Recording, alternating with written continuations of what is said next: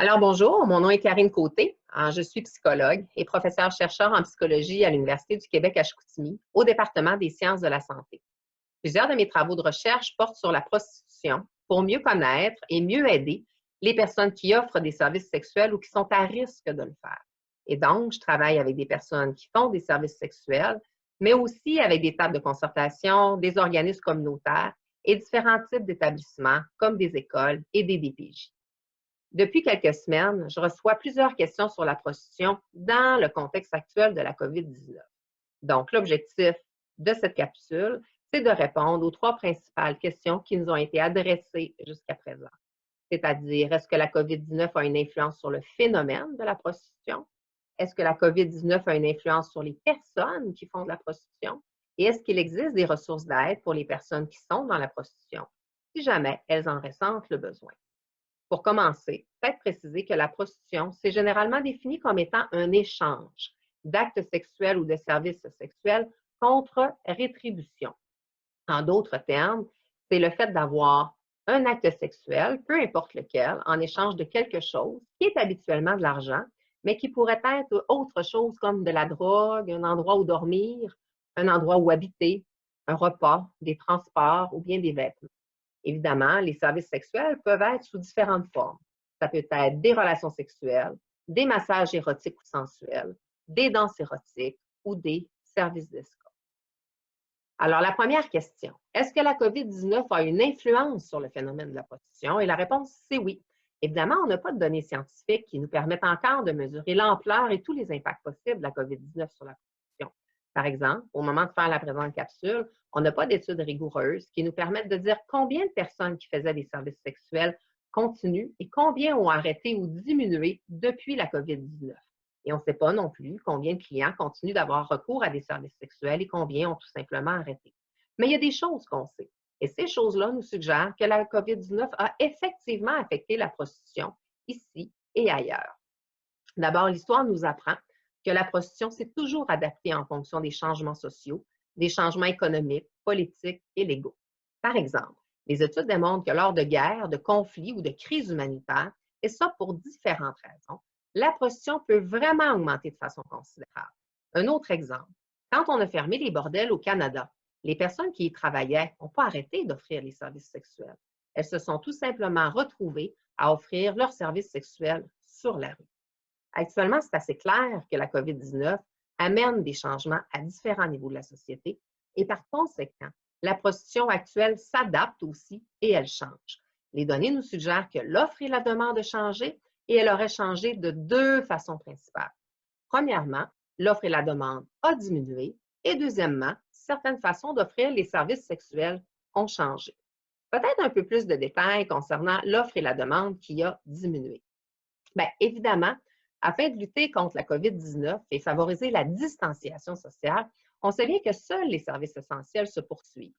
Donc, comme c'est le cas de la majorité des établissements, tous les établissements qui sont liés à l'industrie du sexe, comme les clubs de danseuses nues, les salons de massage érotique, etc., ont fermé. Ça s'est fait ici, mais ça s'est fait aussi ailleurs dans le monde. Même le quartier rouge à Amsterdam, qui est bien connu pour ses clubs sexuels et ses bordels, et où la prostitution est légale et fermée. Ici et ailleurs, les clients qui fréquentaient ces types d'établissements ne peuvent plus y aller et les personnes qui y travaillaient ont perdu leur travail et le revenu qu'elles y gagnaient. Même chose pour la prostitution de rue. Pour favoriser la distanciation sociale, les rues se sont tout simplement vidées. Alors, il y a moins d'achalandage et moins de personnes qui offrent des services sexuels sur la rue et moins de clients potentiels qui y passent. Ça démontre déjà que la COVID-19 a affecté la prostitution. En plus, on sait que pour éviter d'attraper la COVID-19 et pour favoriser la distanciation sociale, on a comme consigne de ne pas se rapprocher des gens. Bien, la prostitution implique la plupart du temps un rapprochement et de l'intimité physique et sexuelle entre deux personnes.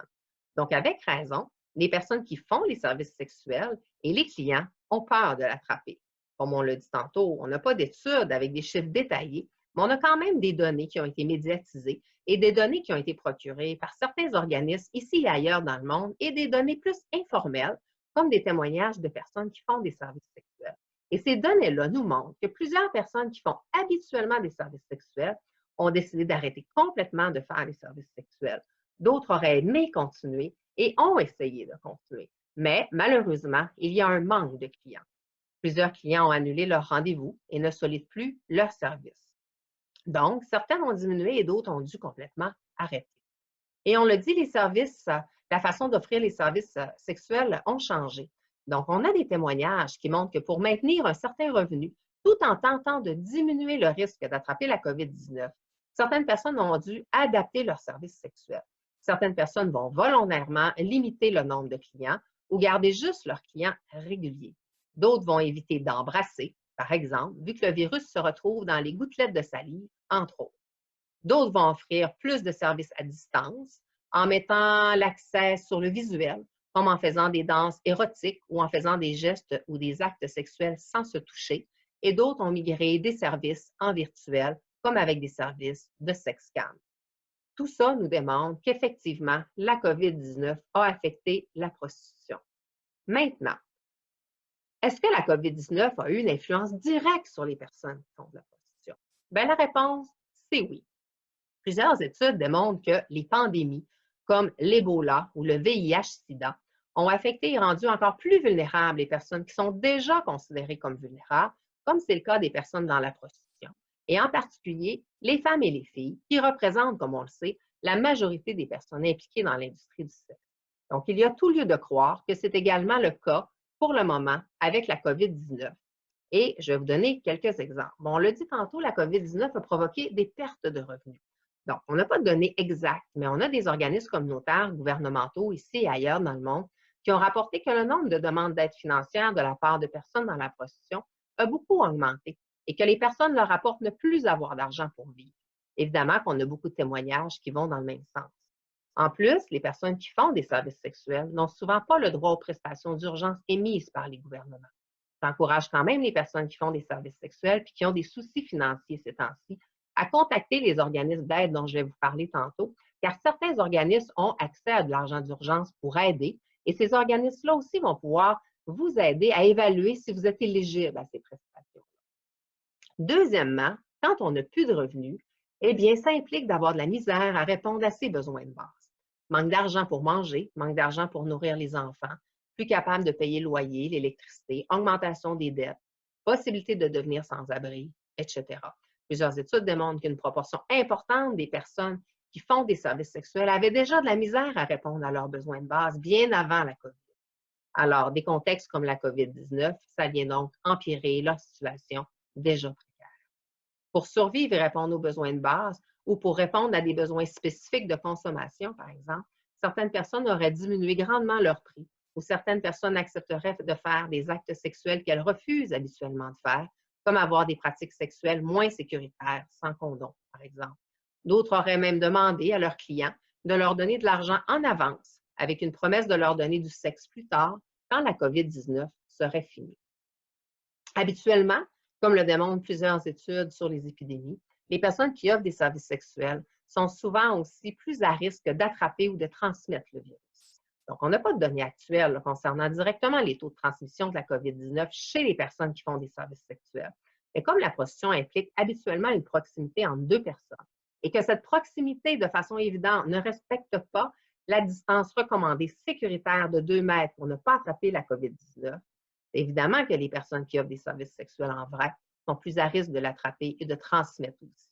En plus, la prostitution peut impliquer des gestes sexuels qui peuvent être à plus haut risque pour la transmission du COVID-19, comme le fait de s'embrasser, vu qu'elle échange de salive entre deux personnes. Aussi, le fait que les personnes qui font des services sexuels peuvent avoir plusieurs partenaires sexuels différents dans une courte période de temps, bien, ça augmente aussi, en plus, le nombre de partenaires potentiels qui auraient pu être en contact avec la COVID-19. Évidemment, on n'a pas de données officielles sur les effets de la COVID sur la violence conjugale, mais on sait que quand on est en période de crise, d'urgence humanitaire, de pandémie et d'isolation sociale, la violence conjugale envers les femmes et les filles augmente, et ça augmente dans la population générale, mais aussi chez les femmes et les filles dans la prostitution. Nos études et celles d'autres équipes de chercheurs démontrent que déjà sans la pandémie, la grande majorité des femmes et des filles qui font des services sexuels ont déjà vécu de la violence conjugale. C'est presque 2 femmes dans la prostitution sur 3 qui ont déjà été victimes de violences dans son couple. C'est énorme. Et en plus d'avoir vécu déjà de la violence conjugale, la majorité a aussi déjà vécu de la violence dans le milieu de la prostitution de la part de clients, de pimps ou autres. Vous avez pu voir des exemples du genre de violence qui peut exister dans le milieu si vous avez écouté la télésérie Fugueuse.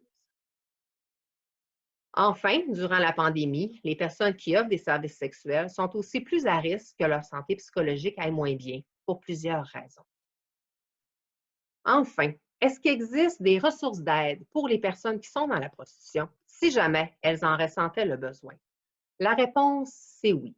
Les effets de la COVID-19 ont provoqué une diminution de la prostitution et ça démontre clairement que comme société, nous sommes capables de diminuer la prostitution.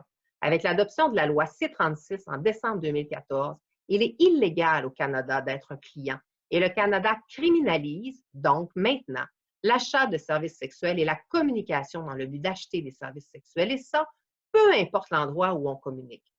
Depuis décembre 2014, les personnes qui font des services sexuels ne peuvent plus être punies ni criminalisées du simple fait d'offrir ses propres services sexuels. Nos études et celles d'autres équipes démontrent que la majorité des personnes qui font des services sexuels arrêteraient de le faire si elles le pouvaient ou si elles en avaient l'opportunité et elles préféreraient donc pouvoir faire autre chose pour gagner de l'argent. Profitons de cette période pour créer cette opportunité et redoubler nos efforts pour aider les personnes dans la prostitution qui veulent arrêter de faire des services sexuels. Profitons aussi de cette période pour redoubler nos efforts pour aider les personnes dans la prostitution qui veulent rester dans la prostitution et qui veulent aussi se faire aider pour certains aspects de leur vie. Que vous vouliez ou non quitter la prostitution, plusieurs ressources sont disponibles.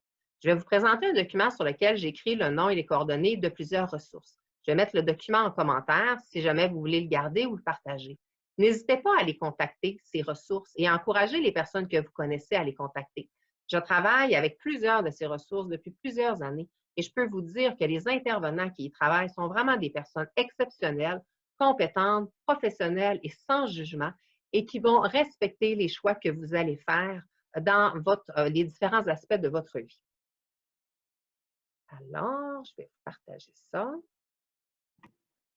Alors, voici le document qui inclut certaines ressources qui peuvent aider les personnes dans la prostitution, dépendant de leurs besoins. Alors, j'ai mis des ressources qui sont présentes ici, au Saguenay-Lac-Saint-Jean, et aussi des ressources qui sont présentes au Saguenay-Lac-Saint-Jean, mais aussi ailleurs au Québec. J'aimerais porter une attention particulière aux ressources que j'ai indiquées en rouge.